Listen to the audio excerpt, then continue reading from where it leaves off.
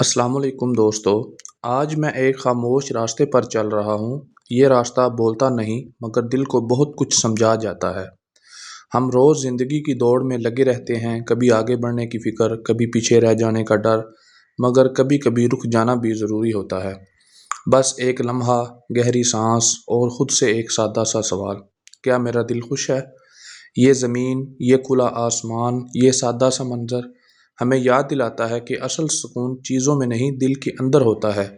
جب دل مطمئن ہو تو تھوڑا سا بھی کافی لگتا ہے، اور جب دل بے چین ہو تو سب کچھ ہوتے ہوئے بھی کچھ کمی سی رہتی ہے۔ زندگی ہمیں ہر دن ایک نیا موقع دیتی ہے، شکر کرنا سیکھنے کا، صبر کو اپنانے کا اور خود کو بہتر بنانے کا۔ اگر ہم آج تھوڑی سی شکر گزاری اور تھوڑی سی نرمی اپنے دل میں لے آئیں تو شاید زندگی اور بھی خوبصورت ہو جائے۔ اللہ ہم سب کو سکون والا دل عطا فرمائے، آمین۔